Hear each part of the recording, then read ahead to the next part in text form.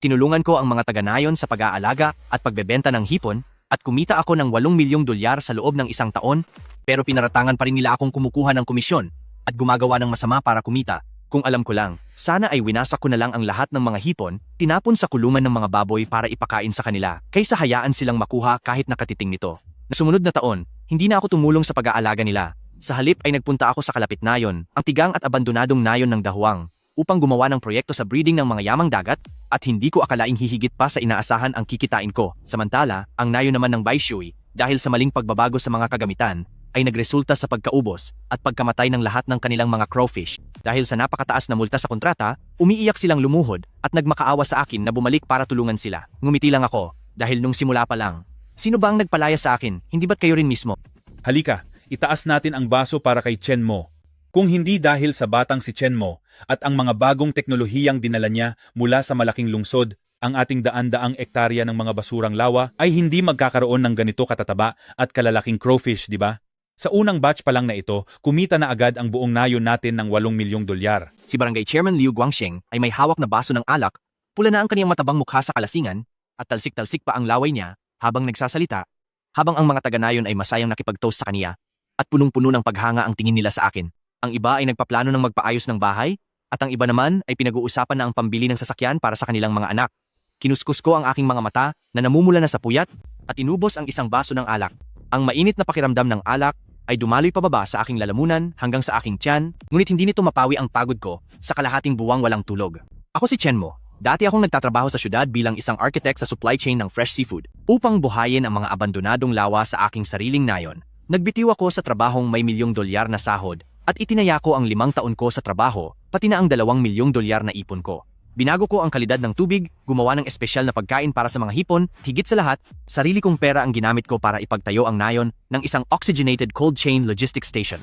Ang crawfish kasi, kapag inalis mo sa tubig, ay mabilis na nawawala ang buhay. Ngunit sa pamamagitan ng aking cold chain transport, ang mga hipon sa nayon ng Baishui ay nakakaabot ng buhay, ang 78% nito sa pinakamalalaking chain restaurant sa lungsod. Iyan ang dahilan kung bakit na ibebenta natin ito sa napakagandang presyo.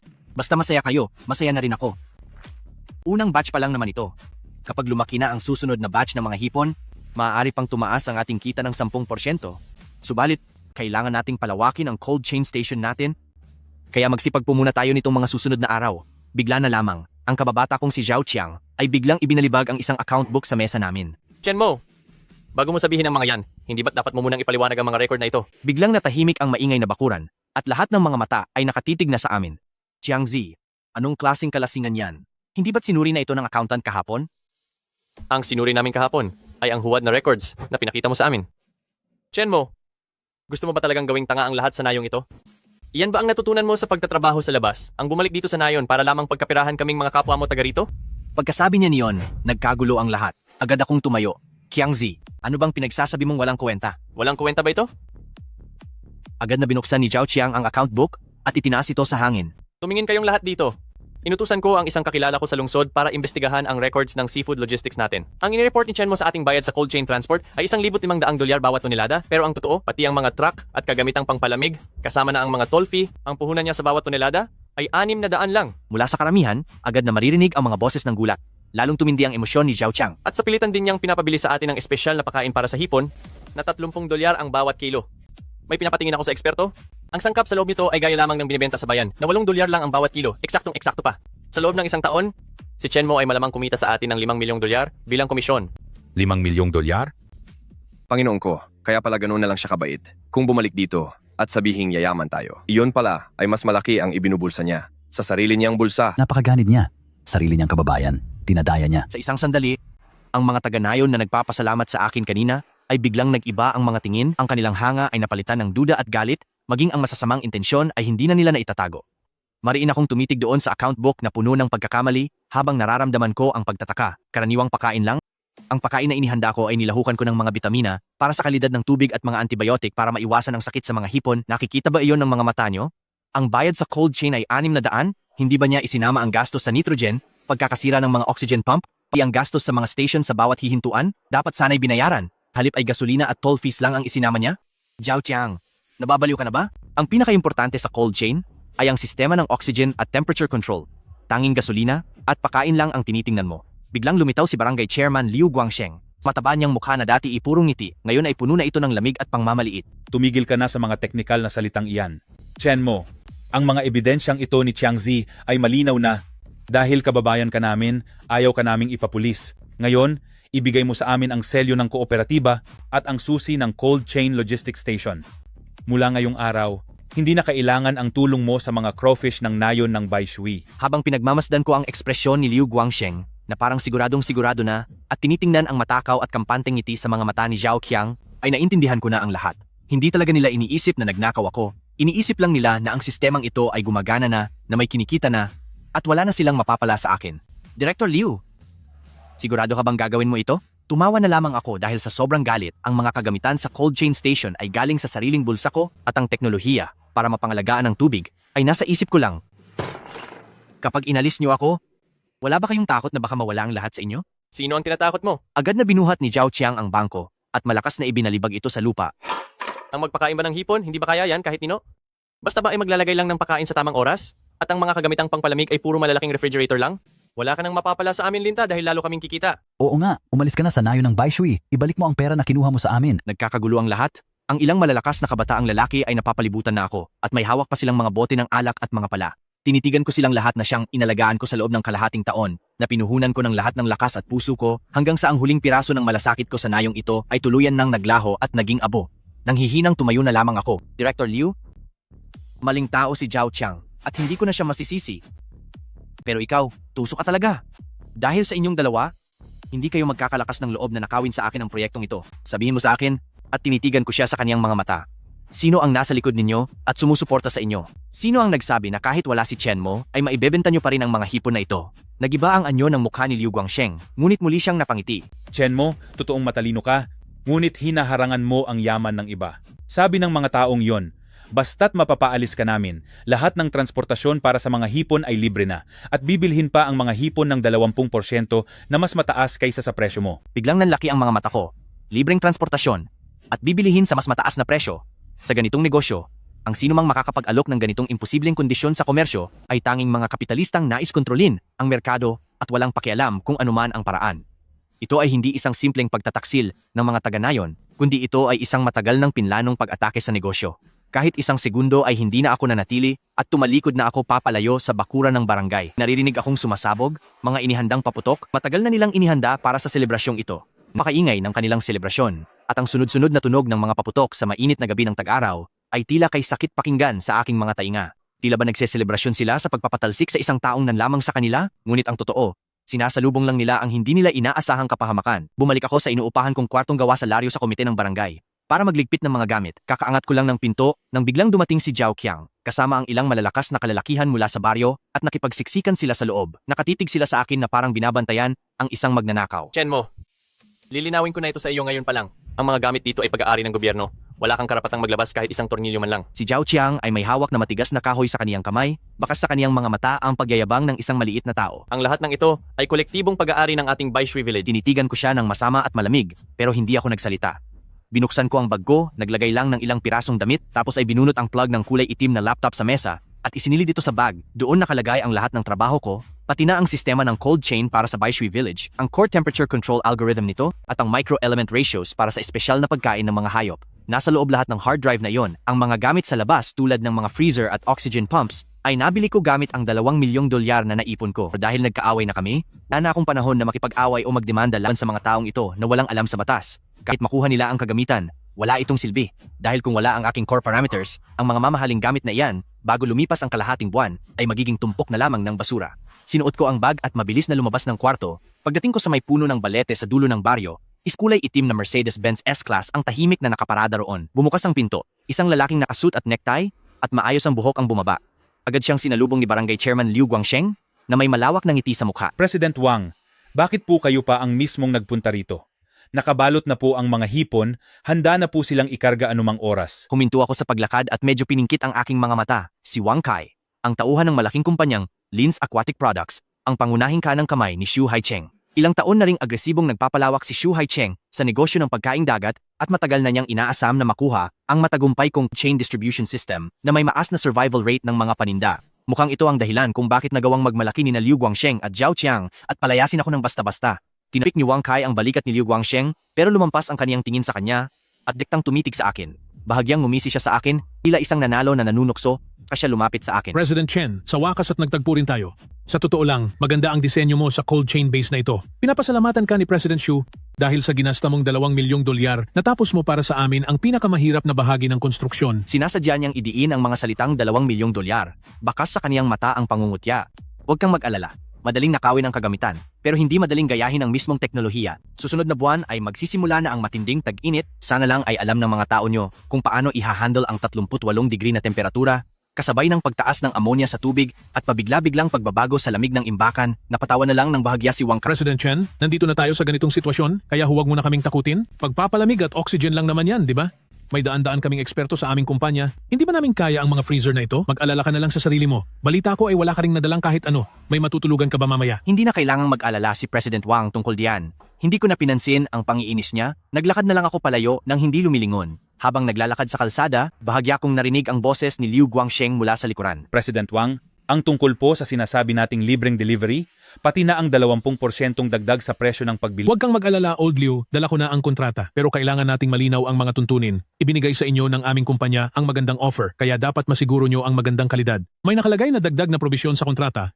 Kapag ang bilang ng namatay na hipon ay lumampas sa 5% o kaya naman ay may mga may sakit na hipon, hindi nyo lang dapat ibalik ang buong bayad kung hindi ay magbabayad din kayo sa aming kumpanya ng 10 beses na halaga ng multa para sa paglabag sa kasunduan. May problema ba rito? Wala pong problema. Hinding-hindi po magkakaroon ng problema. Ang ayos ng gamit na ito, paano namang mamamatay ang mga hipon? Jiangzi, pumirma ka na agad. Liu Guangsheng, dahil nasilaw sa malaking halagang nakita, ay hindi na nag-isip at pumayag agad. Napangiti ako ng palihim sa gitna ng dilim. 10 beses na multa para sa paglabag sa kontrata. Masyadong matalino ang naging plano ni Xu Haicheng. Hindi siya pumunta rito para sa pagkakawanggawa, kundi para sa Baishui Village. Pagkatapos niyang ubusin ang huling patak ng tubo, gagamitin niya ang kasunduang ito, kunin ang lahat ng lupa at palaisdaan ng Baishui Village, pang mapasa kamay niya ang lahat sa legal na paraan. Liu Guangsheng o Liu Guangsheng, akala mo ay nakahawak ka na sa swerte pero hindi mo alam na kinagat mo na pala ang isang nakamamatay na pain. 3 oras ang lumipas, basang-basa ako ng pawis, habang nakatayo sa layong 15 kilometro mula sa Baishui Village, dito sa Dahuang Village. Ang lugar na ito ay kabaligtaran ng maganda at mayabong na Baishui Village, puro puti at maalat na lupain ang makikita kahit saan. Wala pananim na nabubuhay at kahit ang mga damo ay kakaunti lang. Matagal nang umalis ang mga kabataang malalakas, at ang natira na lang ay ang ilang matatanda at may karamdaman na talagang hirap na hirap sa buhay. Naglakad ako hanggang sa bungad ng nayon, sa tapat ng isang sira-sirang laryo. Ang barangay captain ng Dahuang Village na si Li Jiangguo ay kasalukuyang nakaupo sa lupa, hinihit-hit ang kanyang tabako, at panay ang pagbubuntong hininga. Lumapit ako at tinawag siya. Uncle Lee, nag-angat ng tingin si Li Jiangguo. Matagal niya akong tinitigan gamit ang kanyang nanlalabing mga mata bago niya ako nakilala. Aba, hindi ba ikaw ang anak ng pamilyang Chen mula sa Baishui Village? Malalim na ang gabi. Bakit ka napadpad sa mahirap na lugar na gaya nito? Ibinaba ko ang aking bag, at direktang umupo sa bato sa harap niya. Gusto mo bang gawin nating ginto ang libo-libong ektaryang tiwangwang na maalat na lupain nyo? Sanayong ito? Ngumiti ng mapait si Li Jiangguo. Xiao Chen, wag mo nang paglaruan ng isang matandang gaya ko. Masyadong maalat ang lupang ito, pati mga ligaw na hayop ay hindi lumalapit dito. Paano magkakaroon ng ginto rito? Alam ko pong hindi mabubuhay dito ang mga ordinaryong hipon. Alam ko iyon. Pero nitong nakaraang 6 na buwan sa laboratorio, nakagawa ako ng isang algorithm para sa paglilinis ng tubig na espesyal para sa ganitong kaalat na tubig. Ang mga hipong mabubuhay sa tubig na ito ay hindi lang basta hindi mamamatay. Dahil sa mataas na presyon ng alat, ay magiging sobrang siksik ang laman nito, maputing-maputi ang ilalim, at walang kahit anong masangsang na amoy. Tinatawag ko itong crystal shrimp. Ang mga murang hipon mula sa Baishui Village ay matagal ko nang hindi pinapansin. Gusto ko rito na magtayo ng isang base para sa supply ng sariwang lamang dagat para sa mga mamahaling restaurant na Michelin class at sa mga pinakamaluhong hotel. Ang 1 kilo ng hipon ay ibebenta ko sa halagang $200.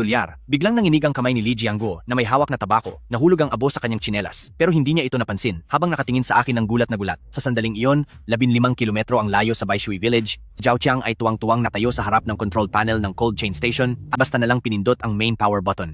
Naliwanag ang pulang ilaw sa screen at lumabas ang isang dilaw na babala. May nakitang problema sa temperatura. Paki-calibrate muli ang mga setting. Walang calibrate. Anong klaseng makina ito? Sobrang abala. Nagreklamo si Zhao Qiang at direktang pinindot ang force skip para sa pinakamataas na lakas ng cooling. Sinabayan ito ng ugong mula sa compressor at pilit na tumakbo ang makina. Ang pagbibilang ng huling sandali ng Baishui Village ay opisyal nang nagsimula. Sa kabilang banda, Nakatingin lang sa akin nang tulala si Li Jiangguo. $200 bawat kalahating kilo. Xiao Chen, nawawala ka na ba sa katinuan? Ang mga crayfish sa palengke, ang pinakamahal na ay nasa 20 hanggang $30 lang. Akala mo ba ang maalat na tubig natin dito sa Dahuang Village ay ang mahiwagang lawa ng Queen Mother of the West? Uncle Lee, iyang mga sinasabi nyo ay mga karaniwang hipon na lumaki sa putikan. Mataas ang antas ng asin at alkalino sa tubig ng lupang ito. At sa ganitong klase ng kapaligiran para mabuhay ang mga crayfish, nagbabago ang presyon sa loob ng katawan nila. Alam nyo ba kung ano ang magiging resulta nito? Tumigil muna ako sandali at tumingin ng direkta sa kanyang mga mata. Una, ang balat ng hipon ay magiging sobrang tatag at makintab. Pangalawa, ang hibla ng karne nito ay magiging sobrang siksik at malambot sa bawat kagat. Pangatlo, maalkalinong tubig ay may natural na epekto sa pagpatay ng mikrobyo. Giging maputing-maputi ang mga hasang nito. Hinding-hindi magkakaroon ng kahit katiting na lansa. Basta maglagay tayo ng anti-seepage film at gamitin ang aking microecological cycle algorithm para alisin ang mga toxin sa tubig, ang mga hipong mapapalaki natin dito ay magiging mamahaling produkto sa mga luxury market. Di makapagsalita si Li Jiangguo sa gulat kahit hindi niya gaanong maintindihan ang tungkol sa presyo ng tubig o malinaw sa kanya ang salitang mamahaling produkto. Ngunit kabubukas pa lang ng pag-asa sa mga mata ng matanda ay muli itong nawala. Xiao Chen, sa totoo lang, sa pondo ng baryo natin, kahit $2,000 ay wala tayo. Iyong sinasabi mong anti-seepage film, pati mga cycle pump, saan naman tayo kukuha ng pampatayo niyan? Ako na ang bahala sa pera. Mula sa loob ng bulsa ko ay naglabas ako ng isang bank card. Mayroon akong bahay sa kabisera na may sukat na 80 square meters. Isinanla ko na iyon kahapon. Kasama ang huli kong natitirang pera, nakalikom ako ng $3 milyong. Ang perang ito ay gagamitin lahat para sa pasilidad ng Dahuang Village. Pinapanood ko si Li Jiangguo habang nangangatog ng bahagya ang kaniyang mga labi sa gulat. Ang tono ng boses ko ay kalmado at walang bahid ng kaba. Na tila ba ang nakataya ay hindi ang lahat ng kaperahan ko, kundi halaga lamang ng isang agahan. Uncle Lee, ibibigay ko ang teknolohiya at ang buong puhunan, at kayo naman ang magbibigay ng 5,000 ektaryang lupang ito na walang gustong kumuha, pati na ang lakas paggawa ng buong baryo. 70% ang sa akin sa kikitain at 30% naman para sa baryo. Lakas loob nyo ba akong kakampihan sa sugal na ito? Kapag nanalo tayo, ang bawat pamilya sa Dahuang Village ay makakapagpatayo ng sarili nilang mansyon. Pero kapag natalo ako, ang tiyan mo na ito ay aalis na. Mapapagod lang kayo ng kaunti, pero ang lupa ay sa inyo pa rin. Umihip ang hangin sa lumang pagawaan ng tisa at biglang tumahimik ang buong paligid. Titig na titig si Li Jiangguo sa bank card na iyon, pagkatapos ay tumingin sa aking mga matang puno ng puyat, ngunit puno rin ng determinasyon na parang sa isang gutom na lobo. Maya-maya pa, biglang tumayo ang matanda. Sige, gagawin natin.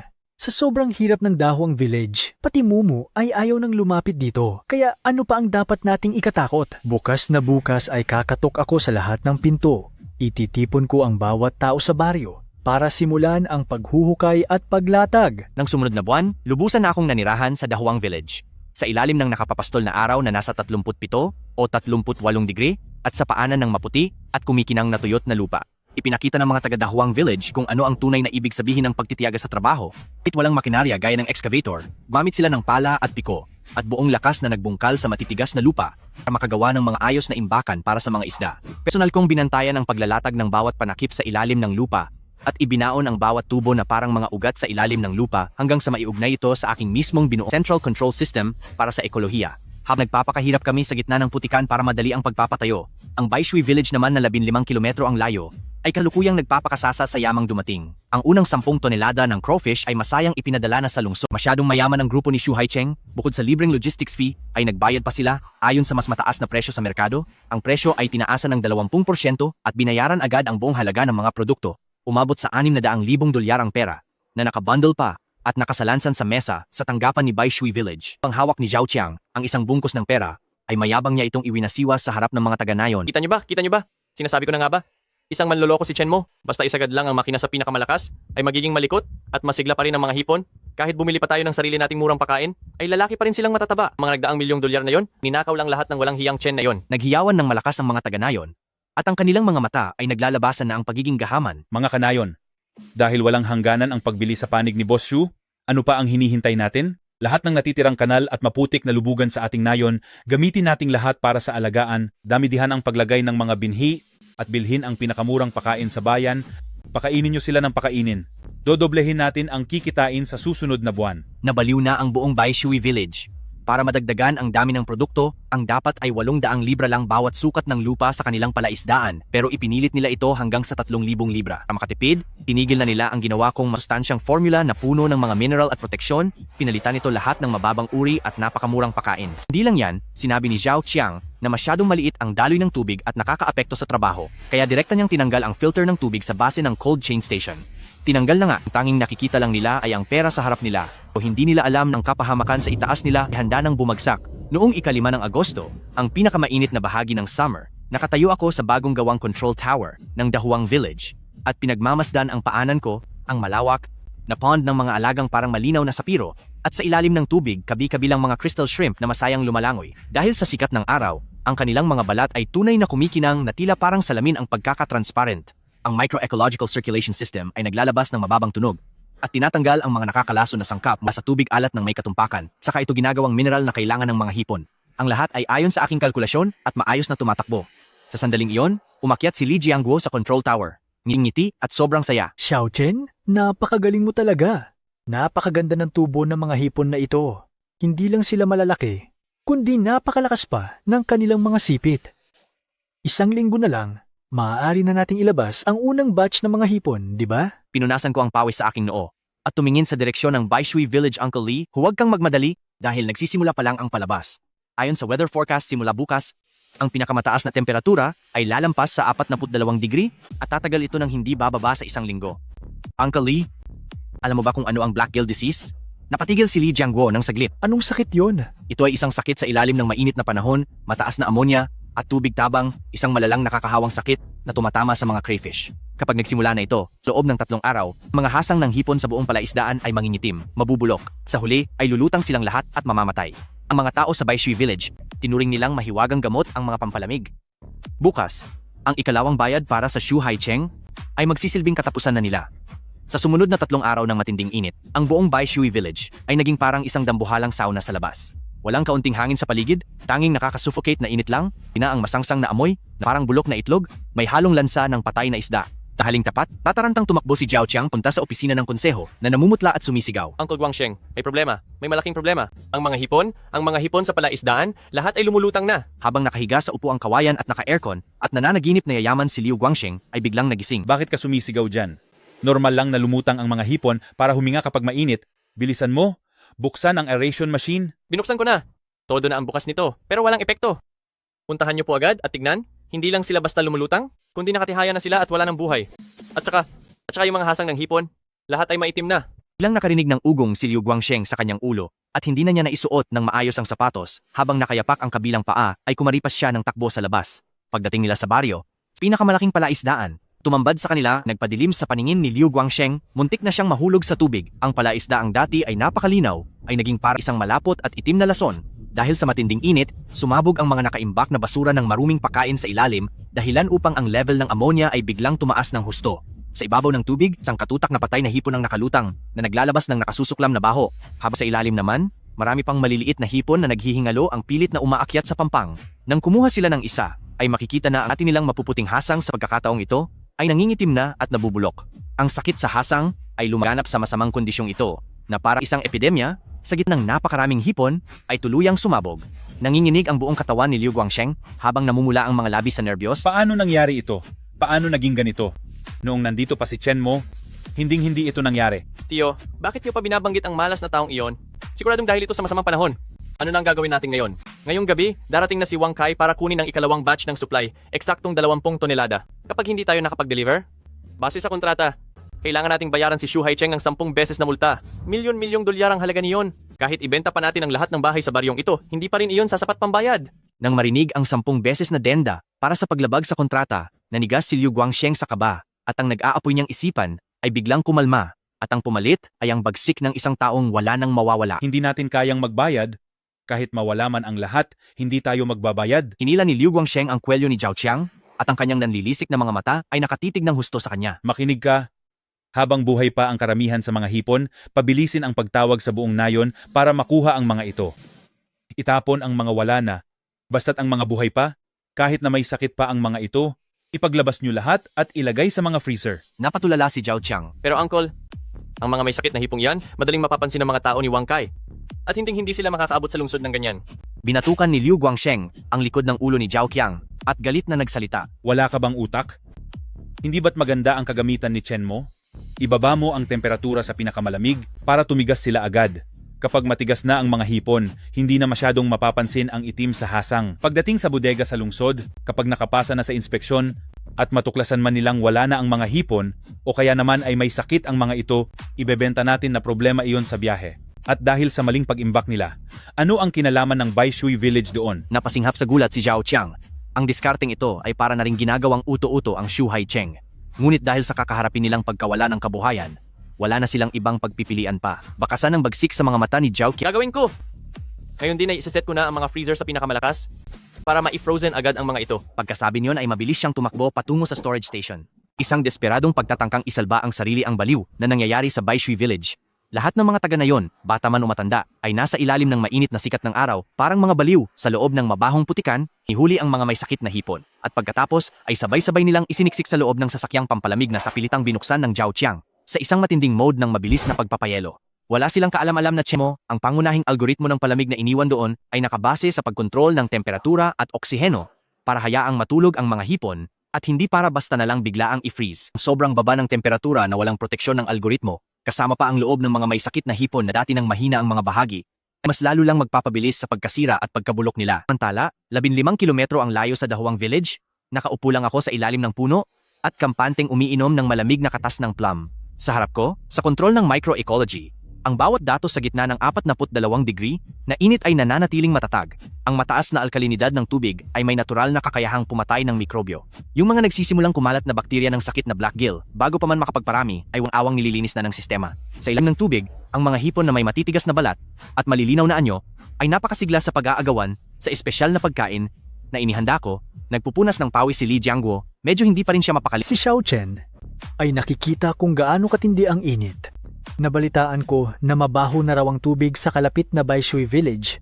Sigurado ka bang okay lang tayo rito? Ngumiti lang ako ng bahagya at sinabihan ang mga taga-nayon na matulog ng maaga ngayong gabi, mag-ipon ng lakas, dahil bukas ay may magandang palabas na mangyayari. Kung alas 10 ng gabi, nagdala si Wang Kai ng 5 malalaking truck na pangmalamig at dumating sa pasukan ng nayon ng Baishui Village sa itinakdang oras. Sina Liu Guangsheng at Zhao Qiang, na may malalaking ngiting mapagkunwari, ay sinalubong sila. President Wang, ang 20 toneladang produkto ay nasa loob na ng pasilidad at nagyeyelo na, garantisadong sariwa po ang mga ito. Hindi man lang bumaba ng sasakyan si Wang Kai, kundi bahagya lamang itong kumaway, ikarga na ang mga iyan. Dahil ang loob ng bawat truck inayos ni Zhao Qiang sa negatibong mahigit 10 degree, singlamig na ng imbaka ng yelo, binuksan lamang ng mga tauhan ni Wang Kai ang pinto at sinuri ang ilang basket sa pinakataas. Sa unang tingin, ang mga hipon ay talagang matigas at nagyelo, wala kang makikitang kakaiba sa kanila. President Wang, walang problema po. Dahan-dahang itinaas ni Wang Kai ang bintana ng kanyang sasakyan. Tara, bumalik na tayo sa sentro. Habang pinapanood ang 5 truck mawala sa dilim ng gabi, nanghina ang mga tuhod ni na Liu Guangsheng at Zhao Qiang, kaya napaupo na lamang sila sa sahig, kanilang mga damit ay basang-basa na ng malamig na pawis. Nakalusot na tayo. Tio, nakaligtas tayo sa panganib. Gayunpaman, ang ngiti sa kanilang mga mukha ay tumagal lamang ng wala pang 6 na oras. Alas 4 ng umaga, sa central warehouse ng grupong Shu Haicheng sa loob ng lungsod, pinamamahalaan ni Wang Kai ang mga trabahador upang buksan ang likurang pinto ng mga truck. Sa sandaling mabuksan ang mga pinto ng truck, isang matinding masamang amoy, sumabog at bumulaga sa kanilang lahat. Ang 2 trabahador sa pinakaunahan ay sa sobrang tindi ng baho ay tila nawalan ng malay ang mga mata. Agad silang nasuka at natumba sa sahig. Biglang natigilan ang ngiti sa mukha ni Wang Kai habang tinatakpan niya ang kaniyang ilong at bibig at pilit na tinitiis ang duduwal na tumakbo sa harap ng karwahe. Doon niya nakita na ang 20 tonelada ng ipinagyayabang na dekalidad na crayfish, tapos itong ilabas sa loob ng 10 minuto sa sobrang lamig na temperatura ay naging parang putik na at nangangamoy na maitim na bulok na karne. Ang bawat hasang ng hipon ay nagkulay itim na nakakasuka. Paano ito naging mamahaling pagkain? Ito ay isa lamang 5 truck na punong-puno ng mapanganib na kemikal. Eksaktong sa oras na iyon, ang cellphone ni Wang Kai ay parang babala ng kamalasan na bilang nanginginig at ang caller ID ay si Shu Haicheng. Nanginginig na pinindot ni Wang Kai ang sagutin at sa kabilang linya ay narinig ang napakalamig na boses ni Shu Haicheng. Wang Kai, kapag nagkaproblema sa mga produktong ito, ay mawawala ka na rin sa mundo. Kakakuha ko lang ng balita.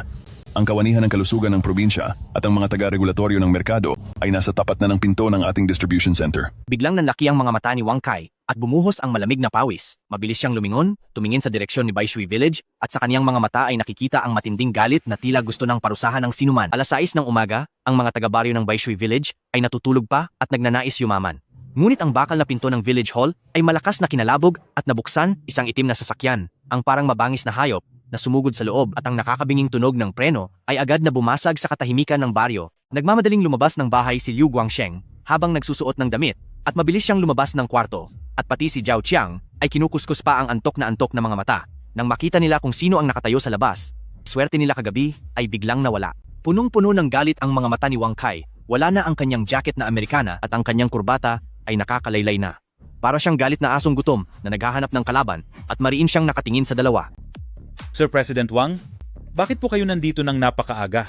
Hindi po ba kakakuha lang ng mga produkto kagabi? Hindi na nagpaliwanag si Wang Kai, nag-utos siya gamit ang kanyang kamay at ang mga tauhan niya sa likuran na may bitbit na dalawang malaking basket na plastic ay lumapit kay Liu Guangsheng at biglang ibinuhos ang lahat sa sahig. Daan-daang bulok at mabahong hipon na, nangingitim na ang mga lamang loob nito, humandusay sa harapan ni Liu Guangsheng at Zhao Qiang. Liu Guangsheng, ang tapang mo ha? Ginamit mo ang mga bulok na hipon na ito para lang lokohin kami sa pera ni Chairman Xu? Alam mo ba, ang mga sasakyan ng opisina ng kalusugan ay nakabantay na sa ating bodega? Sa ilalim ng pangalan ni Chairman Xu, ang 3 malalaking supermarket ay pinatitigil ang operasyon ngayong umaga. Sir President Wang, nagkakamali po kayo?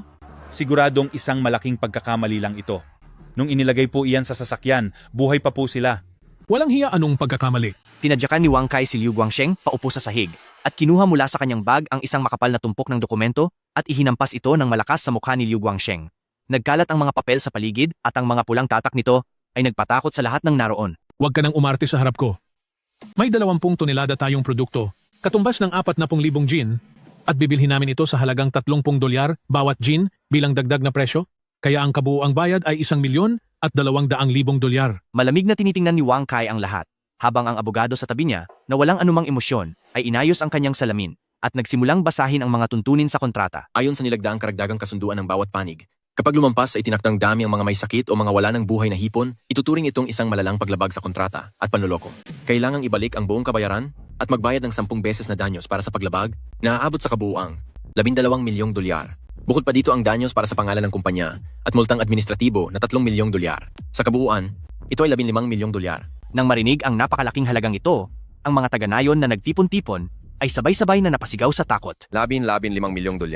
Namula ang mga mata ni Zhao Qiang at biglang kumuha ng isang pala. Sinungaling ka?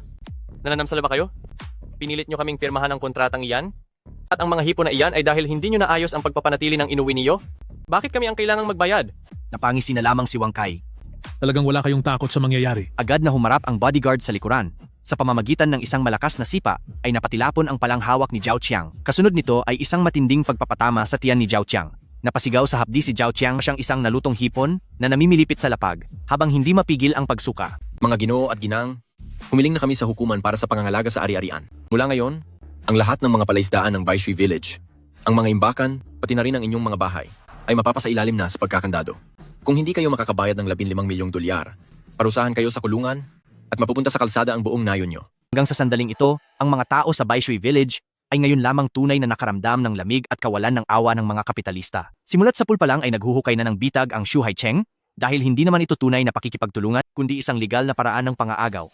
Ang mga kagamitang pang cold chain na iyon, maging ang palaisdaang ito, ay matagal na nilang binalak na kunin ng husto. At ang mismong nagtulak sa baryo sa kapahamakan ay ang pagpapaalis kina Chen Mo at ang pagkakahumaling sa pera ni Liu Guangsheng at Zhao Qiang na wala na sa katinuan ng mga taga-baryo. Hindi sila nangahas na saktan si Wang Kai, kaya't lumingon sila at galit na sumugod kina Liu Guangsheng at Zhao Qiang na nasa lupa, pinagsasapok at pinagsisipa sila habang umiiyak at sumisigaw, ipilit na ibalik ang kanilang mga bahay at ang pera para sa kanilang ikabubuhay.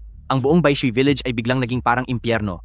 Kabaliktaran ng matinding paghihinagpis sa Baishui Village, ang Dahuang Village naman sa mga oras na ito ay tinatamasa ang kaniyang tagumpay. Nakayo ako sa tabi ng ekolohikal na daluyan ng tubig na mula sa lupang maalat at nagmamasdan ang mga manggagawa na bihasang gumagawa sa unang pagsubok na pangunguha. Habang dahan-dahang hinihila ang malaking lambat, ang ibabaw ng tubig ay biglang nagningning dahil sa mga kumikislap na alon. Puno ang lambat, lahat ay may habang halos 20 sentimetro, tigas at malinaw ang talukap, sa ilalim ng sikat ng araw, nagkikintaban ang mga crystal shrimp na tila kristal. Napakasigla ng mga ito at malakas na nagtatalulon sa loob ng lambat. Ang katabi ko naman ay ang purchasing director ng isang malaking kumpanya sa pagkain sa syudad, ang Ding Shixuan, na si Zhou Hong. Dati ko na siyang kakilala sa industriya ng supply chain at kilala siya sa pagiging matalas ang paningin at mapili. Dinampot ni Zhou Hong ang isang crystal shrimp, tiningnan ang maputi at malinaw nitong tiyan at ang malinis na hasang nito at mababakas sa kaniyang mga mata ang matinding pagkagusto. Chen Mo, napakahusay mo talaga. Sa pag-aalaga ng hipon sa alat ng lupa, nagawa mo pang mapataas ang kalidad ng laman ito ng husto. Ang hipon na ito ay walang kahit anong lansa. Ang laman nito ay mas matigas pa kaysa sa Australian lobster. President Joe, wag mo lang titigan. Suriin mo ang kalidad. Hindi na kailangan ni Zhao Hong ng anumang gamit. Diretso na siyang nagpalaga ng ilang piraso. Kahit walang anumang sawsawang ginamit, binuksan niya ang tila kristal na balat ng hipon at kumagat siya ng malaki. Maririnig ang malutong na tunog. Ang laman ng hipon ay makunat at siksik. May dalang kakaibang tamis na agad na lumasap sa loob ng kanyang bibig. Panglangit ang kalidad. Talagang panglangit ang kalidad nito. Nanlalaki ang mga mata ni Zhao Hong habang mahigpit na nakahawak sa aking kamay. Gaya ng dati, ang lahat ng mga paninda mo ay kukunin ko na lahat. Magbigay ka na ng presyo. Dahan-dahan kong pinunasan ang aking mga kamay at nagtaas ng 2 daliri. Sabi ko na sa iyo dati, ang produktong ito ay hindi para sa mumurahing kainan. Ito ay para sa mga mamahaling kainan lamang. $200 bawat kilo? At saka, kayo na ang bahala sa bayad sa transportasyon. Ang aking microecology cold chain ay para lamang sa pag-iimpake at paniniguradong buhay ang hipon. Sisiguraduhin kong wala ni isang patay na hipon. 200? Nagulat si Zhao Hong sa narinig. Ang presyong ito, kumpara sa ordinaryong hipon sa merkado, ay mas mahal ng 10 beses. Ngunit nag-alinlangan lamang siya nang hindi aabot sa 3 segundo. Sige, payag ako. Ilan ang unang labas nito? Kailangan ko ng 10 tonelada. Magbabayad na muna ako bago kunin ang gamit. Ang sabi ni Zhao Hong nang may paninindigan. Para sa isang taong tulad niya na nagmamay-ari ng mga mararangyang restaurant, ang natatanging sahog na ito ay isang napakahalagang proteksyon para sa kanyang negosyo. Kikinig sina Old Village Chief Li Jiangguo sa isang tabi at nanginginig na ang kanilang mga binti, parang aatakihin na sila sa puso. 200 kada kilo sa 10 tonelada? $4 na milyong iyon. At simula pa lang ito sa Dahuang Village para sa unang subok na ani. Mula sa isinumpa at maalat na lupa ng Dahuang Village, ay may lumabas ng milagro at ginto. At habang naghahanda kaming pumirma ng kontrata, sa bukana ng barangay Dahuang Village, pagewang-gewang na tumakbo palapit ang ilang mga taong punong-puno ng mabahong putik ang katawan. Nasa harapan ng bugbog na mukhang tumanda ng 10 taon na si Liu Guangsheng kasama si Zhao Qiang na nabangasan ng ngipin dahil sa mga taga-barangay. Bigla na lang silang lumuhod sa gilid ng linang ng lupa. Chenmo, President Chen. Parang awan niyo na. Iligtas niyo po ang Baishui Village. Tinitigan ko sila para silang mga asong nakadapa sa lupa. Walang kahit katiting na awa sa aking mga mata, kundi purong kalamigan lamang. Ang laro ay nasa paborito ko ng bahagi sa wakas. Habang sina Liu Guangsheng at Zhao Qiang ay nakaluhod sa putikan, nagmadali silang gumapang palapit sa paanan ko. Brother Mo, Master Mo, napahamak kami ng husto dahil sa Shu Haicheng. $15 milyong iyon. Kahit maubos ang dugo ng lahat sa barangay, ay hindi namin iyon mababayaran. Nakikiusap ako. Alang-alang sa ating pagkakasama sa iisang barangay mula pagkabata, tulungan nyo naman po kaming mga kaibigan nyo. Liu Guangsheng ay labis na humahagulgol habang sinasampal ang kanyang sarili at bawat sampal ay dinig ang lakas. Xiao Chen, nasilaw sa pera ang tito, naging makitid ang aming pananaw. Ikaw ang pinakapamilyar sa mga cold chain equipment na iyon. Sabihan mo si Boss Shu na kaya lang namatay ang mga hipon ay dahil nasira ang makina na wala kaming kinalaman doon, hindi ba? Basta't pumayag kang magtestigo, ang kagamitang iyon ng baryo, pati ang ilang daang ektaryang palaisdaan, ibabalik naming lahat sa iyo. Mula sa itaas ay pinapanood ko ang 2 lalaking ito na parang mga asong ligaw. Wala akong nararamdamang galit kundi lungkot para sa mga nakakaawang payaso na ito. Ibababa sa akin? Director Liu? Nakalimutan mo na ba na ang cold chain station na iyon ay orihinal na itinayo ko gamit ang $2 milyong. Pinilit ninyong kuhanin iyon, sinira nyo, tapos ngayon gagamitin nyo ang sarili kong gamit para makipagnegosasyon sa akin? Umalis ako sa daan upang ipakita ang nasa likuran ko, ang kalalabas lang nahuli na 10 toneladang crystal shrimp sa ilalim ng sikat ng araw. Ang bawat dambuhala at kumikinang na crystal shrimp ay naglulukso sa mga lambat na puno ng sigla. Nalaki ang mga mata ni na Liu Guangsheng at Zhao Qiang habang nakatitig sa mga hipong ito. Buong buhay silang nag-alaga ng mga ordinaryong hipon, kaya kailanman ay hindi sila nakakita ng ganito kagandang klase. Ipakikilala ko kayo? Siya ang purchasing director ng Dingxixuan sa siyudad na si President Zhou. Ang lahat ng mga hipong ito ay binili na lahat ni President Zhou. Hulaan nyo kung magkano ang bawat kilo? Napalunok ng may halong dugo si Liu Guangsheng at nagbakasaling sumenyas ng numero. 550? Napatawa si Zhou Hong sa tabi at umiling. Sa galing ni Chen, ang $50 ay hindi sapat kahit sa balat lang ng hipon. $200 bawat kilo. Bayad muna bagong produkto. Dito sa 10 tonelada, $4 na milyong na cash. Ang ipinalipat ko na sa account ni Dahuang Village. 200? Nang marinig ang numerong iyon, parang tinamaan ng kidlat si Liu Guangsheng. Napaupo na lang siya sa putikan, tulala ang kaniyang mga mata, at nanginginig ang buong katawan, habang si Zhao Qiang naman ay naglabas ng isang ungol na parang nasugatang hayop, habang mariing sinasabunutan ang kaniyang buhok, hanggang sa bumaon ang mga kuko niya sa kaniyang anit. Ngayon alam niyo na ang pakiramdam ng mawalan? Buko ako. Pektang tiningnan si Liu Guangsheng sa mga mata niyang punong-puno ng pagsisisi at dahan-dahan kong nilinaw sa kanila ang kanilang maling ginagawa. Akala niyo ba talaga na ang tinimpla kong $30 bawat kilo na espesyal na pakain ay para lang sa kickback?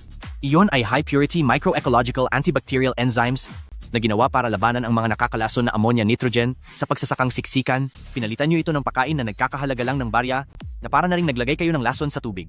Akala niyo ba talaga na ang cold chain ay isa lang malaking freezer? Iyon ay isang live dormant chamber na kailangan ng tamang sistema para ma-adjust ang level ng oxygen at temperatura ng eksakto. Tinanggal niyo ang filter ng tubig, ibinaba ang temperatura sa pinakasagad at pilit na ginintin ang mga may sakit na hipon dahilan para lalo lang silang mabulok ng mabilis. Hindi malakas ang boses ko pero parang malalakas na martilyo ito na dumudurog sa kanilang pagkatao. Dahil sa pagmamarunong nyo at pagtitipid, kayo mismo ang pumindot sa button na nagpasabog sa buong baryo. Magaling nga ang pagkakagawa ng patibong ni Xu Haicheng, pero kung hindi kayo naging gahaman at kusa pang tumalon doon, wala siyang magagawa sa inyo. Xiao Chen, President Chen, nagkamali po kami. Talagang aminado na po kami sa pagkakamali namin. Napakarami nyo na pong kinikita ngayon at ang $4 na milyong ay balewala lang sa inyo. Pwede po ba kaming makahiram ng $15 milyong? Ituring nyo na pong utang ng Baishui Village sa inyo at habang buhay kaming magsisilbi sa inyo. Walang awa ko siyang itinulak palayo gamit ang paa ko. Liu Guangsheng, masyado mong pinapahalagahan ang sarili mo. Sa tingin mo ba ang pagsisilbi nyo ay nagkakahalaga ng $15 milyong? Gusto nyo ba na iligtas ko kayo? Sa susunod na buhay na lang. Bumalik kayo at sabihin sa mga tao ng Baishui Village na hintayin na lang ng maayos ang desisyon ng korte. Kapag tapos na ang inyong pagkalugi at nasa subasta na ang mga ari-arian, gagamitin ko ang pinakamababang presyo upang ang mga pasilidad ng cold chain at palaisdaan ng Baishui Village ay mabili ko ng legal. Tungkol naman sa mga utang ninyo sa Xu Haicheng, mga utang na hinding-hindi nyo na mababayaran, malugod ko kayong tinatanggap sa aking pabrika bilang mga pansamantalang manggagawa upang sa pamamagitan ng inyong dugo at pawis ay dahan-dahan nyo itong mabayaran. Pagkatapos sabihin niyon, hindi ko na muling tiningnan ang dalawang talunang iyon at naglakad na ako patungo sa control tower. Sa putikan sa aking likuran, dinig ang pagsusuka ni Zhao Qiang dahil sa matinding sama ng loob, ang malakas na pag-iyak ng kawalan ng pag-asa ni Liu Guangsheng. Nang gabing iyon, sa pinakataas na bahagi ng punong tanggapan ng Xu Haicheng Group sa lungsod sa isang mamahaling upuan ng boss, nakaupo ang isang lalaking payat ang pangangatawan na may mga matang matatalas tulad ng isang lawin. Siya ang tao na kumokontrol sa 70% ng bentahan ng mga sariwang produkto, ang makapangyarihang negosyante ng mga pagkaing dagat si Xu Haicheng. Kayuko ang ulo ni Wang Kai at nanginginig na nakatayo sa harap ng lamesa na parang hindi makahinga sa kaba. Ang ibig mong sabihin, ang Zhaohong ng Ding Shixuan ay tumanggi sa ating mamahaling inaalok ng mga Australian lobster at sa halip ay pumunta sa isang maalat na lupain na kung tawagin ay Dahuang Village para kumuha ng 10 toneladang hindi kilalang mga crayfish? Opo. Opo, Chairman. Pinunasan ni Wang Kai ang malamig na pawis sa kanyang noo. Nagtanong-tanong po ako. Ang nasa likod ng teknolohiya ng Dahuang Village ay ang si Chen Mo na pinalayas sa Baishui Village noon. Nag-alaga siya ng isang klase ng crystal shrimp na ibinebenta sa napakataas na halaga na $200 kada kilo. Napahinto sa pagkilos si Xu Haicheng habang may guhit na gumalaw sa wine na nasa kanyang baso. $200 kada kilo at kayang palakihin sa maalat na lupa.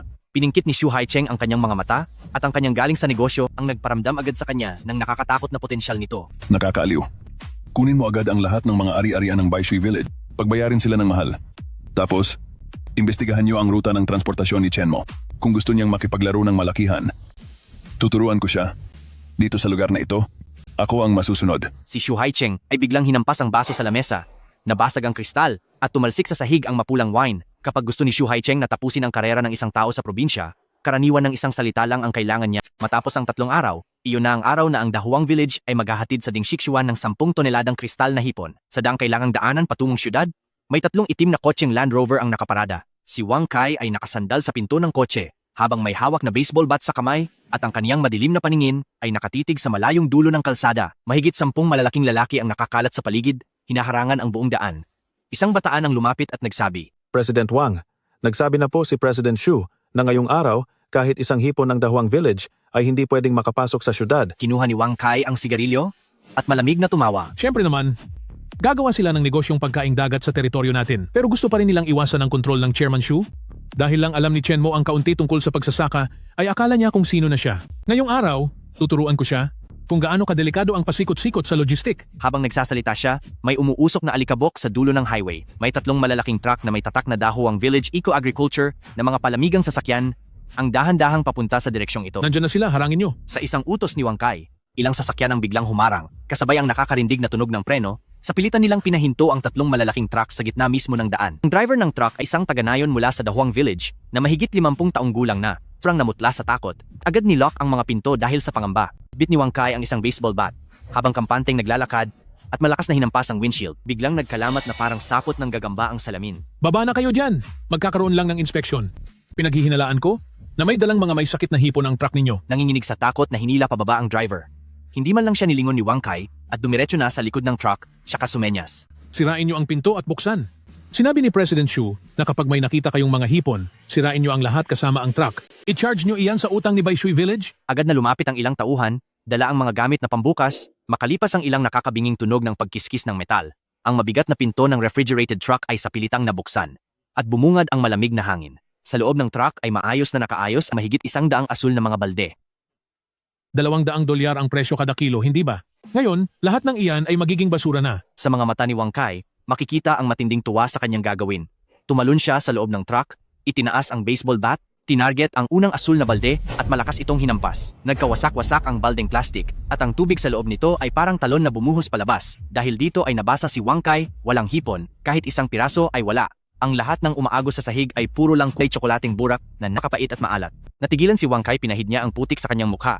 At parang asong ulol na sumugod sa ibang mga timba, isa-isa niyang binasag ang mahigit 10 sa mga ito. At lahat sila ay puro maputik na tubig mula sa maalat na lupa. Biglang kinuha ni Wang Kai ang driver na nanginginig sa takot at galit na sumigaw. Nasaan ang mga hipon ni Dahuang Village? Saan tinago ni Chen Mo ang mga paninda? Nauutal na sumagot ang driver. Ang sabi po ni President Chen, ngayong araw ay dalhin namin ang mga maruming tubig na ito sa factory sa lungsod para linisin. Wala po siyang binanggit tungkol sa mga hipon. Habang nanlalamig ang buong katawan ni Wang Kai at napagtatanto niyang naisahan siya, biglang tumunog ang telepono sa bulsa niya, tumatawag si Xu Haicheng. Pagkasagot ng tawag, ang boses ni Xu Haicheng na tila handang pumaslang sa tindi ng galit ay bumasag sa pandinig ni Wang Kai. Wang Kai, bulag ka ba? Ang 10 toneladang hipon ni Chen Mo, kalahating oras na ang nakakalipas, ay masigla at sariwa pang na-deliver sa kusina ng Ding Shixuan. Ang matandang tuso na si Zhou Hong ay naghahanda na para sa isang food tasting event at ang buong alta sosyedad sa probinsya ay nagkakagulo na. Nasaan ang mga tauhan mo at anong kalokohan ang ginagawa nyo? Parang tinamaan ng kidlat si Wang Kai. Hindi ito posible.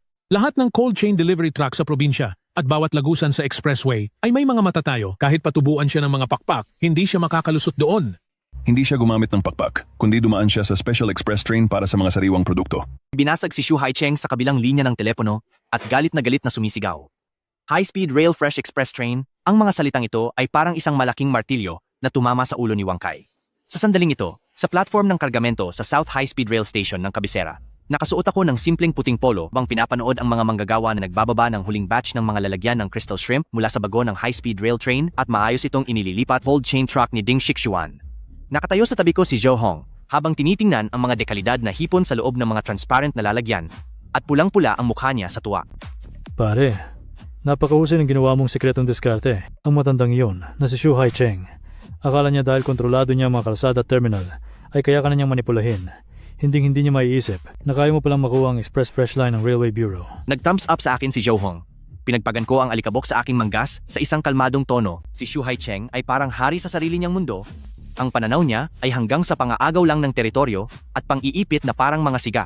Wala siyang alam tungkol sa modernong logistics network. Noong supply chain architect pa ako sa isang higanteng e-commerce, ang tinulungan kong buuin ay ang cold chain network ng high-speed rail at aviation sa buong bansa. Basta malaki ang kita, crystal shrimp na $200 kada kilo, kayang-kaya ang gastos sa transportasyong ito. Kaya kung gamitin anumang oras, ang pinakamataas na antas ng logistics resource. Gusto ni Xu Haicheng na gumamit ng ilang lumang van at ilang mga tambay para harangan ang transportasyon ng bansa para siyang naghahanap ng sakit ng ulo. President Zhao, ligtas na nakarating ang mga gamit. Para naman sa susunod na market hype, nakadepende na yan kay Ding Shixuan. Huwag kang mag-alala. Paglipas ng gabing ito, malalaman ng lahat ng mararangyang kainan sa probinsya na maliban sa lobster at king crab, mayroon pang isang napakamahal na putahe, ang Dahuang Village Crystal Shrimp. Ang mga supply ng mamahaling seafood sa kamay ni Xu Haicheng ay tiyak na mababawasan agad. Tumango ako, akmang aalis na, nang biglang mag-vibrate ang cellphone ko. Isa itong text notification para sa public auction mula sa korte. Dahil sa kawalan ng pambayad sa $15 milyong na multa sa Xu Haicheng Group, lahat ng mga ari-arian ng Baishui Village, kasama na ang itinayo kong oxygenated cold chain base station, pati na ang 800 ektaryang kontrata sa palaisdaan, ay formal nang pumasok sa foreclosure auction. Ang panimulang presyo ay $2 milyong na tamang-tama sa halagang inilabas ko noong una. Habang nakatingin sa screen ng phone ko, bagyang sumilay ang isang malamig na ngiti sa labi ko. Shu Haicheng, kinukuha mo ang teritoryo ng Baishui Village. Dahil gusto mong harangan ang daan ko pabalik? Ngayon, oras na para ako naman ang tumalo sa iyo. Tinawagan ko si Li Jiangguo. Uncle Li, handa na ba ang pera sa account?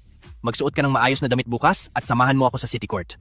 Bibilhin natin ang Baishui Village ng naaayon sa batas. Sige po.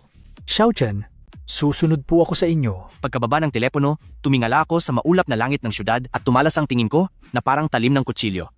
Nagsisimula pa lang ang digmaan sa negosyo, Shu Haicheng, pagpapainit pa lang ito, sa loob ng auction hall number 3 ng lungsod.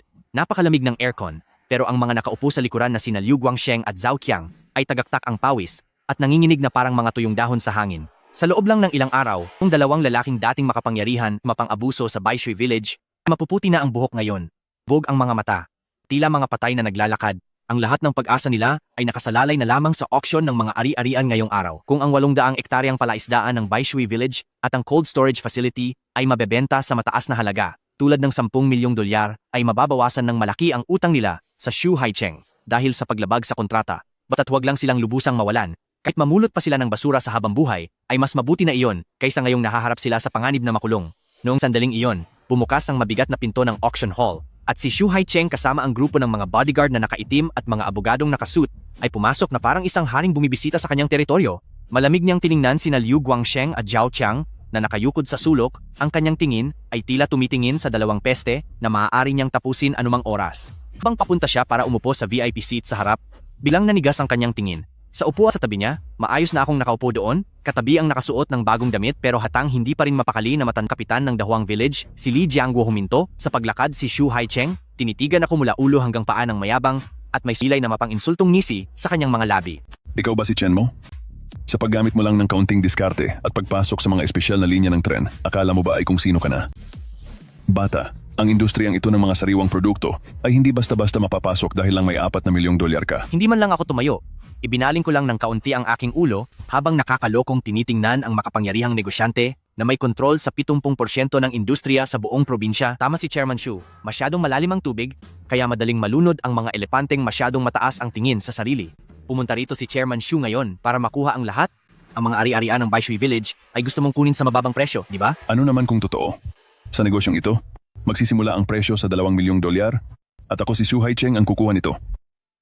Tingnan natin kung sinong mangangahas na lumaban sa akin dito sa syudad. Iyang kakarampot na 4 na milyong dolyar mo. Mas mabuting itago mo na lang ng maigi dahil baka sa huli, pati ang pambili ng kabaong para sa Dahuang Village ay mawala pa. Tingnan na lang natin. Tahimik ko nang binawi ang aking tingin at hindi na siya pinansin. Ikapulo na ng umaga, tumunog na ang martilyo ng hukom at formal nang nagsimula ang bidding. Ang ibinebenta ngayon ay nasa ilalim ng pangalan ng Baishui Village, 800 ektaryang kontrata sa palaisdaan, at pati na rin ang 2,000 metro kwadradong pasilidad ng cold chain. Dahil ang ari-ariang ito ay naka-freeze dahil sa mga utang, sinasagawa na ngayon ang sapilitang legal na bentahan. Nagsisimula ang presyo sa 2 milyong dolyar at ang dagdag sa presyo ay hindi bababa sa 100,000 dolyar. Ang malinaw at formal na boses ng auctioneer ay umalingaw-ngaw sa buong silid. Sa likurang bahagi, si Liu Guangsheng ay mahigpit na nakahawak sa likuran ng upuan na tila mapuputol na ang kanyang mga kuko. Habang tila nababalisa na bumubulong ng Itaas niyo ang presyo. Nakikiusap ako, taasan niyo pa ang bid.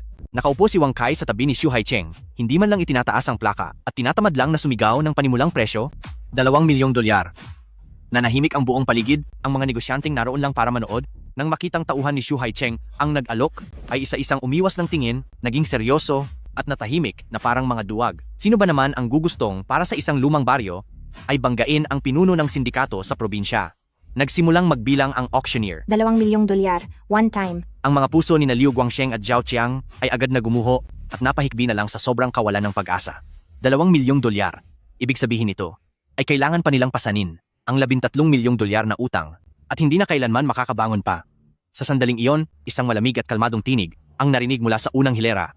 2 milyon at 100,000 dolyar. Lahat ng mga mata ay biglang napako sa akin. Dahan-dahan kong ibinaba ang hawak kong numero. Nang walang anumang ekspresyon, biglang napakunot ang noo ni Shu Haicheng at lumingon sa akin para tumitig ng masama. Lalong nagalit si Wang Kai na parang pusa na naapakan ng buntot at dinuro ako habang sumisigaw. Ikaw, Chen, nananadya ka ba? Sino ka sa akala mo para lumaban kay President Shu? Sa subasta, kung sino ang may pinakamataas na alok ang panalo, President Wang, Kawalan ng galang sa patakaran ang ginagawa nyo. Napasinghal na lang si Xu Haicheng at kinindatan si Wang Kai na pagdesisyonan niyang tapusin ako gamit ang kanyang pera at na nagdagdag ng presyo si Wang Kai. 3 milyong dolyar. 3 milyon at 10,000 dolyar. 4 na milyong dolyar. 4 na milyon at 10,000 dolyar. Patuloy na tumataas ang presyo. Sina Liu Guangsheng at Zhao Qiang na nasa likurang bahagi ay makikita sa kanilang mga mata ang muling pag-alab ng matinding pag-asa. Tama, ganyan nga. Huwag mo siyang tatantanan. Mas mabuting umabot pa ito ng 10 milyong dolyar. Nang galit na isinigaw ni Wang Kai ang 4 na milyon at 900,000 dolyar. Ang mga barahang hawak ko ay sa totoo lang ay hindi na sapat. Napansin ni Xu Haicheng ang kalagayan ko, tumawa siya ng mapangapi at siya na mismo ang nagtaas ng plaka. 5 milyong dolyar. Chen Mo, hindi ba't gusto mong protektahan ang cold chain na ikaw mismo ang nagtayo? Sige, magdagdag ka pa kung matapang ka. Ngayon, pasasukuin kita gamit ang pera ko. Dahan-dahan kong nilingon at tiningnan ang napakayabang na si Xu Haicheng. Pagkatapos ay bigla akong ngumiti. Ibinaba ko ang hawak kong numero, sandal sa upuan, di malakas ang boses ko, ngunit malinaw itong narinig sa buong auction hall. Napakayaman nga talaga ni Chairman Xu. Bago ka magbayad, mayroon lang akong isang paalala. Ang iyong legal team, kaninang umaga ba ay nakita ang internal na anunsyo mula sa Bureau of Environment? Natigilan si Xu Haicheng. Biglang nagbago ang kulay ng mukha ng kanyang chief lawyer. Mabilis na kinuha ang phone at sunod-sunod na ni-refresh ang pahina. Galit na sumigaw si Wang Kai. Chen Mo, huwag kang magpanggap na may nalalaman dito. Dahil sa kagustuhan ng Baishui Village, dinagdagan pa ng malawakang pagkalat ng sakit na Black Gill, kagabi lamang, ang resulta ng mabilisang pagsusuri ng Bureau of Environment lumabas na. Sa putik ng 800 ektaryang palaisdaan, sobra-sobra ang ammonia, nitrogen at heavy metals. Ito ay idineklara na bilang matinding kontaminasyon. Ang pinagmumulan ng tubig. Ang aking mga salita ay tila isang malakas na pasabog na agad na gumimbal sa loob ng hall. Tinigan ko ang unti-unting namumutlang mukha ni Xu Haicheng. Ayon sa bagong regulasyon ng batas sa kapaligiran, ang 800 ektaryang palaisdaang ito ay kailangang dumaan sa sapilitang rehabilitasyon. Bumatapos ang rehabilitasyon, di ito maaaring gamitin sa anumang aktibidad ng pag-aalaga at ang tinatayang gastos para sa proyektong rehabilitasyon ay nasa pagitan ng 8 hanggang 10 milyong dolyar at ang lahat ng gastos na ito ay babalikatin ng buo ng bagong may-ari ng ari-arian. Ang ngiti ko ay mas lalong naging mapait. Ibig sabihin, ang binili ni Chairman Xu sa halagang 5 milyong dolyar ay hindi isang kayamanan, kundi isang delikadong butas na pagtatapunan pa ng 10 milyong dolyar. Congratulations, Chairman Xu. Walang kwentong sinasabi mo.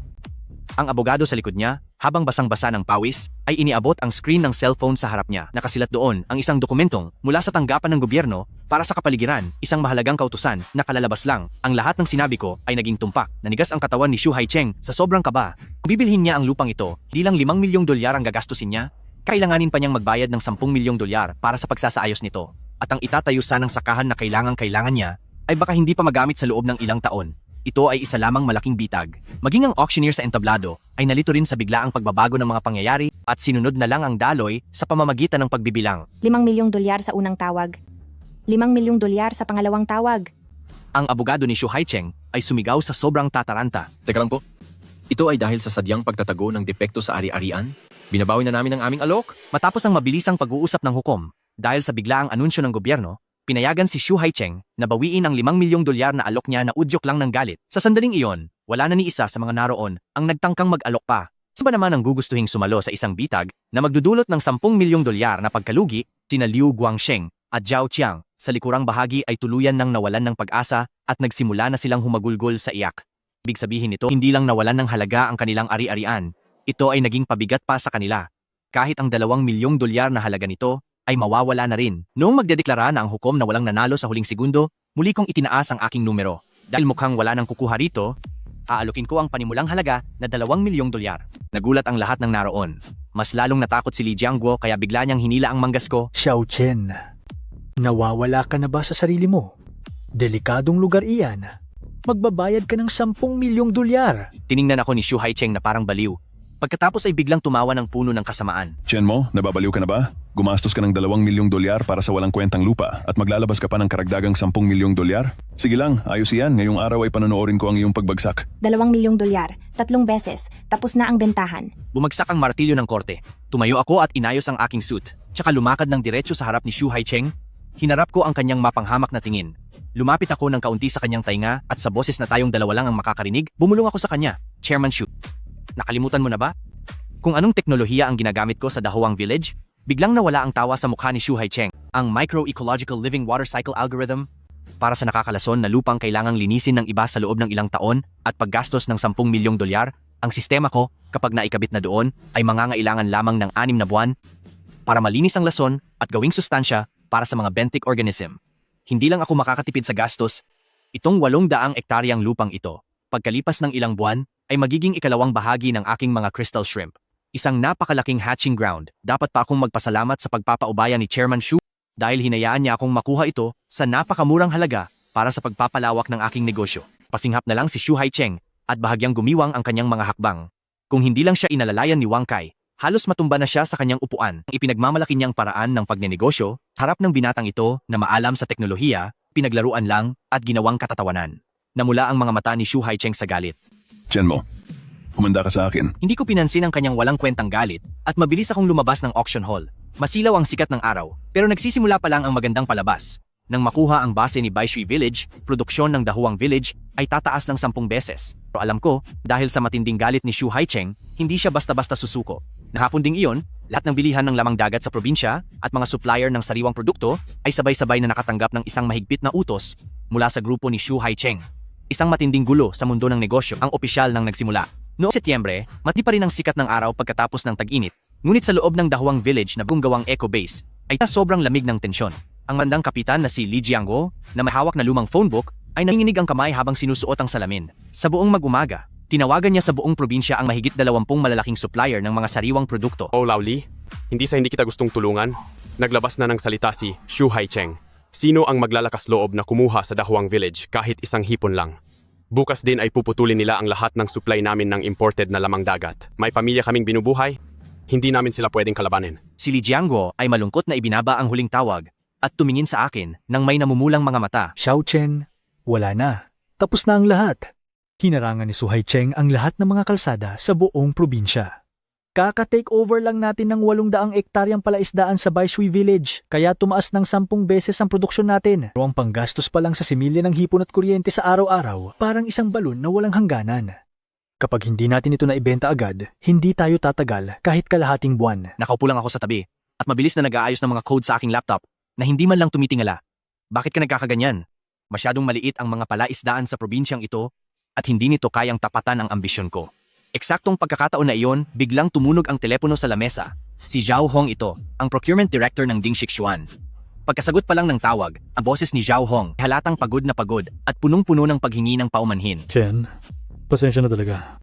Ang matandang walang hiyang si Shu Haicheng ay pinutol ang aming high-end seafood supply chain para sa grupo. Hindi na kinaya ng big boss ang pressure at kailalabas lang niya ng pinanlautos na kailangan na nating itigil ang ating pakikipagtulungan. Aayusin ko ang kontrata base sa regulasyon at babayaran ka namin ng $2 milyong bilang danyo sa kanselasyon. Brother, walang kwenta ang brother. Hindi man lang namin maprotektahan ang pangalan mo. Bakante at parang may bara ang lalamunan ni Zhao Hong habang nagsasalita. Bilang eksperto na higit na nakakaalam sa kalidad ng mga produkto, napakahirap makita na ang mga pinakamataas na klase ng crystal shrimp pilit na ibinublock ng mga kapitalista. Ang pakiramdam na ito ay mas masahol pa kaysa parusahan siya ng matindi. Pindot ko ang huling enter key. Sa screen, may isang logistics scheduling system na may pangalang Aurora Starlink ng logistics scheduling system at ang progress bar ay mabilis na umabot sa 100%. Lao Zhao, hindi kita sinisisi. Kinuha ko ang itim na kape sa tabi ko, ng kaunti, at nagsalita ng napakahinahon na nakapangangilabot. Pero bilang kaibigan, bibigyan kita ng payo. Umalis ka na agad sa trabaho mong iyan. Sa sandaling sumuko ang Ding Shixuan sa mga kapitalista, ay natanggal na agad ito sa hanay ng mga pinakamahuhusay na negosyo ng pagkain sa bansa. Pagkababa ng telepono, tinitigan ko ang screen na punong-puno ng mga kumukutitap na berdeng data nodes, at may lumabas na malamig na ngiti sa aking mga labi. Akala ni Shu Haicheng, sa pagharang sa mga wholesaler at chain hotel sa loob ng probinsya, ay mapapatay na niya ang negosyo ko sa Dahuang Village? Isa lang siyang mapagmataas na hari ng lumang sistema, hindi niya talaga naiintindihan na sa mata ng isang tunay na digital supply chain architect, ang lumang sistema ng pagbebenta ay matagal na dapat inapon sa basurahan dahil sa walang kwenta nito. Isinako ang laptop at tumayo. Uncle Lee, sabihan ang lahat ng trabahador, simula alas 8 mamayang gabi, magsisimula na tayo sa malawakang paghuli ng mga hipon. Huli ng hipon? Kanino naman natin yan ibebenta? Kinansela na ng Boss Joe ang kontrata. Ibebenta natin sa buong bansa. Pumunta ako sa malaking mapa ng buong bansa sa tabi ng pader, kumuha ng pulang panulat, at sa mga high-speed rail hub, international airport ng probinsya, pati na sa mga nakapalibot na 3 pangunahing syudad ay gumuhit ako ng ilang malalaking bilog. Dahil sinira ni Shu Haicheng ang ating mga plano rito sa probinsya, ngayon ay lalampas tayo sa ating mga limitasyon.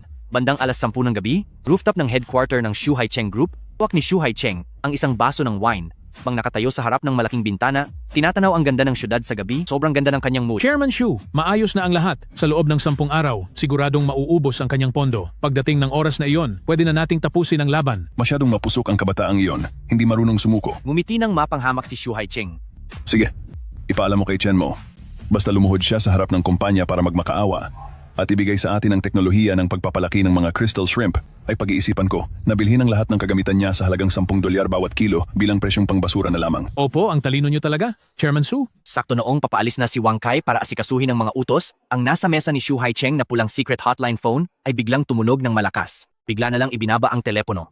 Si Shu Haicheng ay tila tinamaan ng kidlat, tila tumigil ang daloy ng kanyang dugo sa sandaling iyon. Bago pa man siya mahimasman, ang telepono sa lamesa, ang cellphone ni Wang Kai, pati na ang personal na cellphone ni Shu Haicheng, sa sandaling ito ay sabay-sabay na tumunog na tila sa sabog. Nagmamadaling sinagot ni Wang Kai ang tawag at biglang namutla ang kanyang mukha. Shu, Chairman Shu, may malaking problema.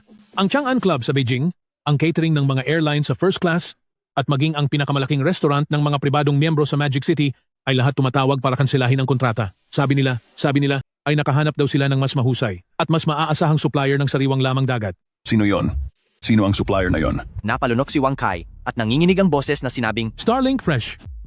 Ang legal na kinatawan ay si Chen Mo. Napabitaw si Shu Haicheng at napaatras ng 2 hakbang at biglang nabangga sa kanyang lamesa. Sa wakas ay naunawaan na niya ang sinabi ni Chen Mo na masyadong malalim ang tubig kaya nitong lunurin kahit ang elepante. Si Chen Mo ay hindi lumapit sa kahit sinong tradisyonal na mga ahente o reseller. Sa halip ay ginamit niya ang kanyang karanasan bilang supply chain architect para gumawa ng isang cloud direct supply system na konektado sa pinakamalawak na transportasyon sa bansa mula sa mga tren at eroplano. Nilampasan niya ang lahat ng middleman, diretso mula sa mga palaisdaan hanggang sa pagpapadala sa buong bansa.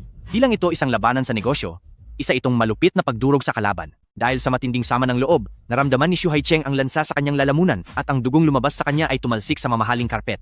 Sa loob lamang ng 1 linggo, ang industriya ng sariwang pagkain sa lungsod nagkaroon ng isang malaking pagyanig na parang lindol matapos mawalan ng suporta mula sa mga nangungunang restaurant sa bansa. Ang daloy ng pera ng Shu Haicheng Group ay biglang naputol, biglang naningil ang mga bangko, ang mga supplier ay nagkagulo sa paniningil, ang dati ay makapangyarihang imperyo ng lamang dagat ay parang isang gusali na nawalan ng pundasyon at malapit nang bumagsak, at mas malala pa ang nangyari sa mga tao sa Baishui Village. Sa labas ng head office ng Shu Group sa lungsod, ilang mga gwardiya ang nagwasiwas ng kanilang mga baton at pilit na pinatumba ang mga taong mukhang hapong-hapo at sira-sira ang mga damit sa panguna ni Liu Guangsheng at Zhao Qiang.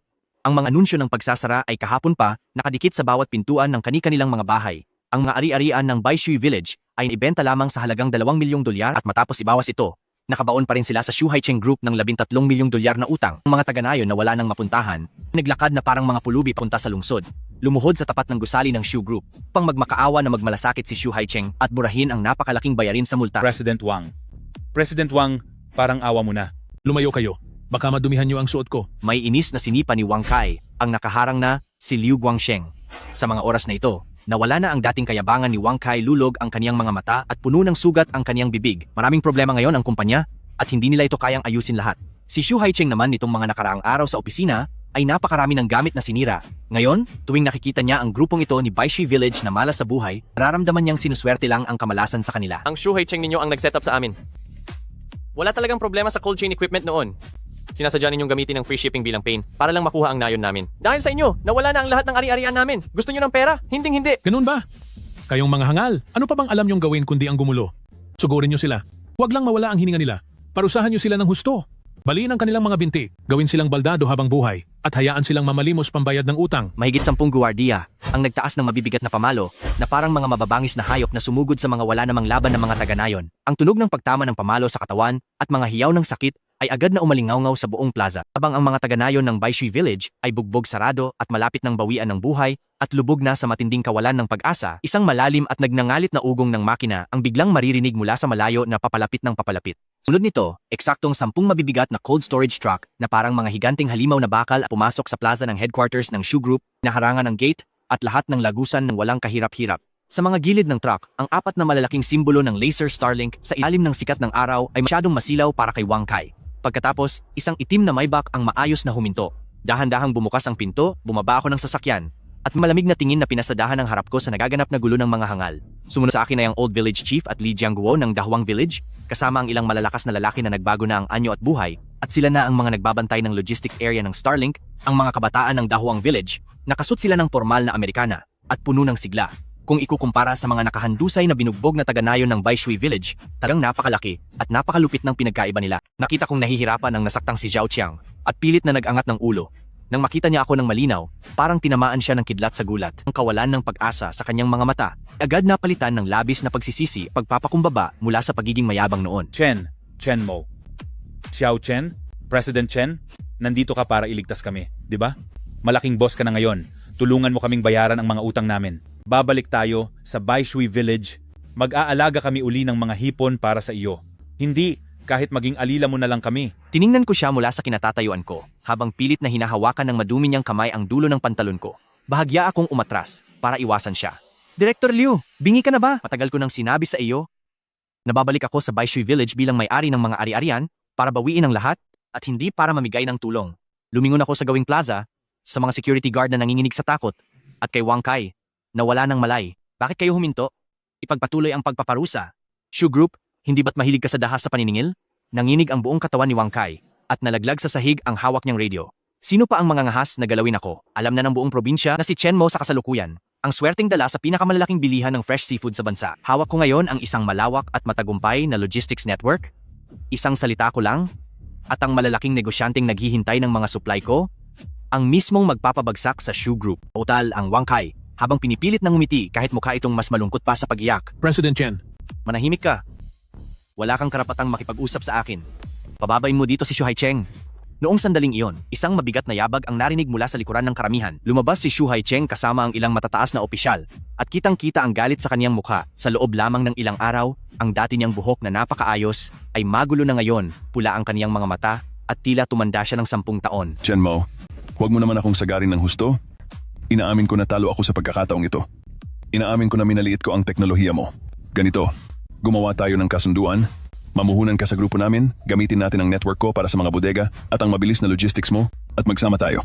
Tungkol naman sa $13 milyong na utang ng Baishui Village, ituring mo na itong regalo ko, kakansilahin na natin iyon ng tuluyan. Ano sa tingin mo? Nang marinig ang salitang kinalimutan na ang utang, ang mga taga-nayon ng Baishui Village na nasa lupa ay tumigil sa pag-iyak at lahat sila ay tumingin sa akin na para bang huminto ang paghinga nila. Tangtango ko lang, nililigtas ko sila mula sa matinding hirap para makapagsimula muli. Tahimik akong tumingin kay Shu Haicheng, biglang natawa, at lalong lumakas ang tawa ko na punong-puno ng pangungutya at lamig. Shu Haicheng, hindi mo pa rin ba naiintindihan ang sitwasyon? Ang gusto ko ay ang pagbagsak mo. Isang kumpanya na malapit ng mabangkarote ang gusto mong ipakipagtulungan sa akin? Tumalikod ako, kinuha kay Li Jiangguo sa hawak niyang briefcase, isang makapal na dokumento, walang awa na ibinato ito sa mukha ni Shu Haicheng, dahilan upang kumalat ang mga papel sa sahig. Ang merkado na gusto mo, nakuha ko na ng buo. Tungkol naman sa deal na sinasabi mo kanina, pumunta ako rito ngayong araw, hindi para makipagnegosyo. Tumingin si Shu Haicheng sa mga dokumento sa sahig, nang makita niya ang pamagat sa unang pahina, tila nawalan siya ng lakas. Nang hina ang kanyang mga binti at biglang napaluhod sa sahig, isa yung ebidensya na may napakaraming record ng mga bank transfer at mga peking kontrata. Naparito ako para mag-report sa mga autoridad at sa kawanihan ng buwis para sa isang opisyal na sumbong laban kay Shu Group sa kasong pandaraya, paggawa ng mga ilegal na kontrata, malaking panloloko sa buwis, pati na rin ang pagbabayad ng mga masasamang tao para sa gulo. Pagkatapos kong magsalita, mula sa labas ng plaza, narinig ang napakalakas na tunog ng mga sirena ng pulis. 6 na sasakyan ng pulis ang dumating, na tuluyang humarang sa huling takasan ni Shu Group. Sa wakas ay dumating na ang iyong katapusan. Kasabay ng tunog ng malamig na posas, sina Shu Haicheng at Wang Kai ay isinakay sa loob ng police car. Ang naghihintay sa kanila ay ang mahabang investigasyon at habambuhay na pagkabilanggo. Ganap nang na-freeze ang mga ari-arian ni Shu Group. Noon siya ang makapangyarihang seafood tycoon sa mundo ng negosyo. Ngunit sa loob lang ng isang hapon ay naglahong lahat ito. Pagkalipas ng 3 araw, nanatiling matindi ang sikat ng araw sa Baishui Village ngayong Agosto, kumakalat sa hangin ang mabahong amoy mula sa mga nabulok na patay na hipon. Sa ibabaw ng lawa, lumulutang na makapal at luntiang laso ng lason. Ang dati ay masiglang baryo. Sa sandaling ito ay mistulang lugar na wala ng buhay dahil sa pinsala. Ilang sasakyan ang dahan-dahang huminto sa harap ng Village Committee Office, bumukas ang pinto, at tumapak ako sa lupaing ito na pinaglaanan ko ng maraming hirap, at kung saan ako ay walang awang pinalayas.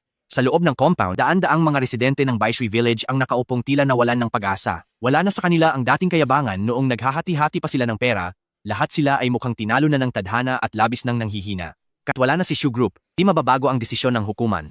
Ang mga kolektibong ari-arian ng Baishui Village ay na-auction na para pambayad utang habang ang kanilang mga sariling bahay at ipon ay nasa bingit pa rin ng posibleng pag-liquidate at pag-freeze sa anumang oras. Sa harap ng karamihan, si Liu Guangsheng ay benda sa kaniyang braso, habang si Zhao Qiang naman dahil sa bali niyang tadyang ay buktot na ang katawan sa sakit.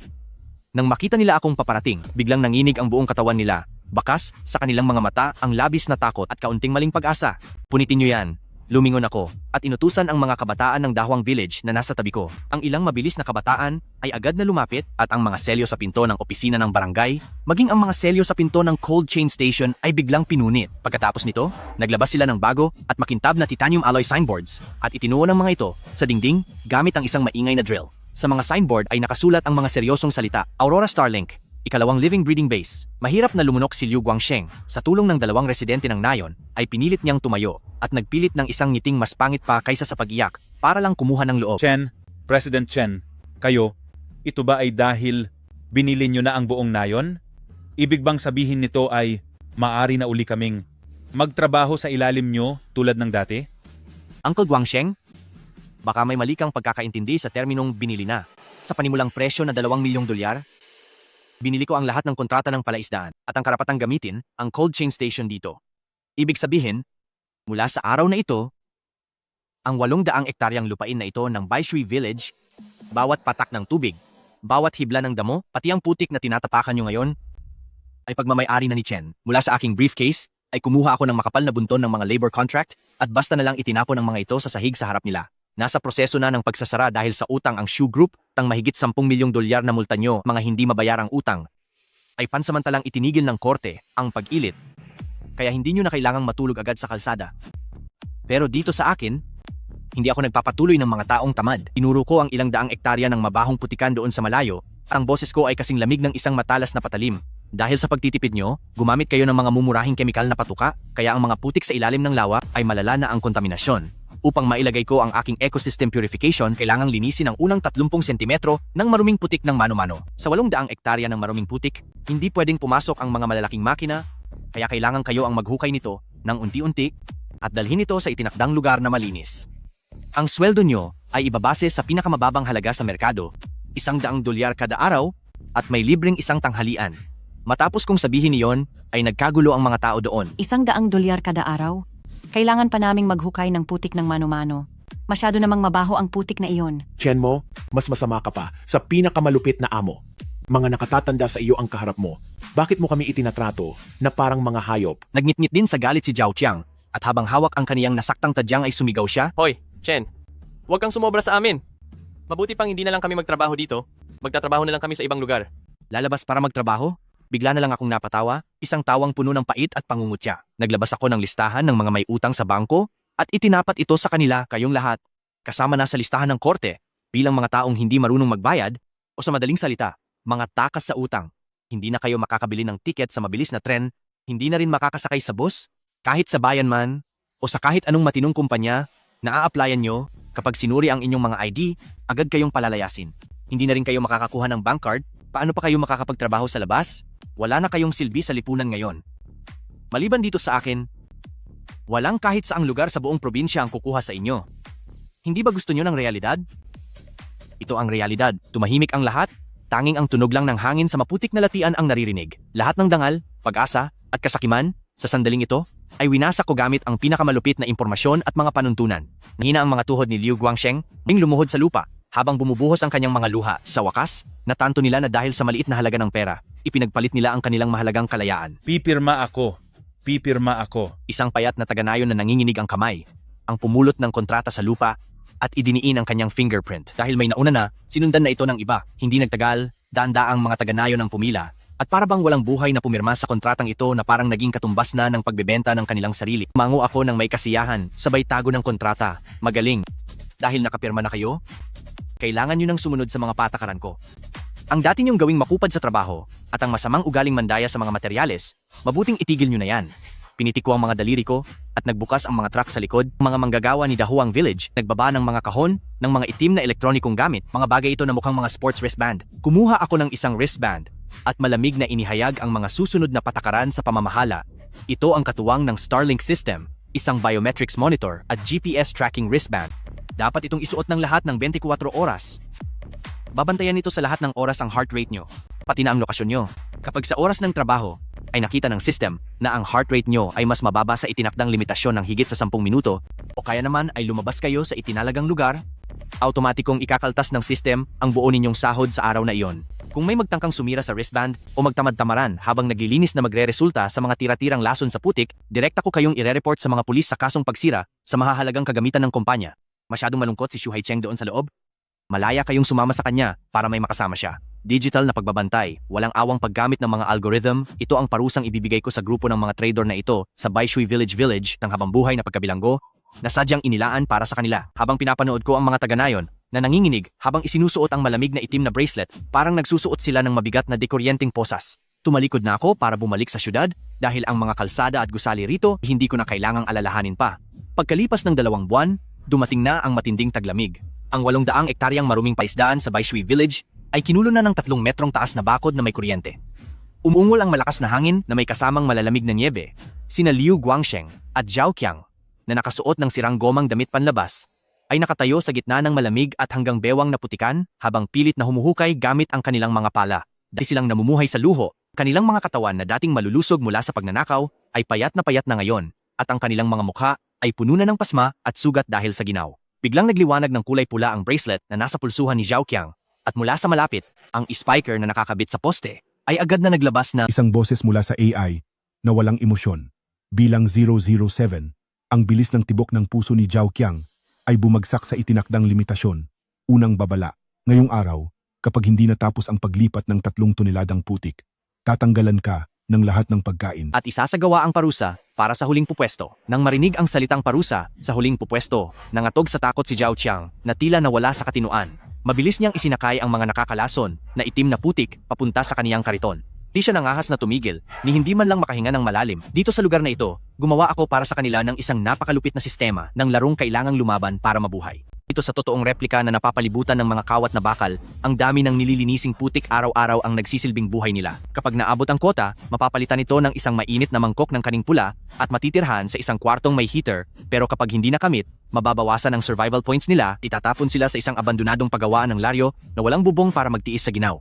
Kapag naging 0 na ang kanilang points, tuyan na silang aalisan ng kaisa-isang trabaho na nagbibigay sa kanila ng pagkakataong mabuhay sa gitna ng matinding taglamig, itatapon na sila sa labas ng bakod, harap-harapan sa kawalan ng pag-asa na hindi na makakagalaw pa sa lipunan. Ayokong mawala.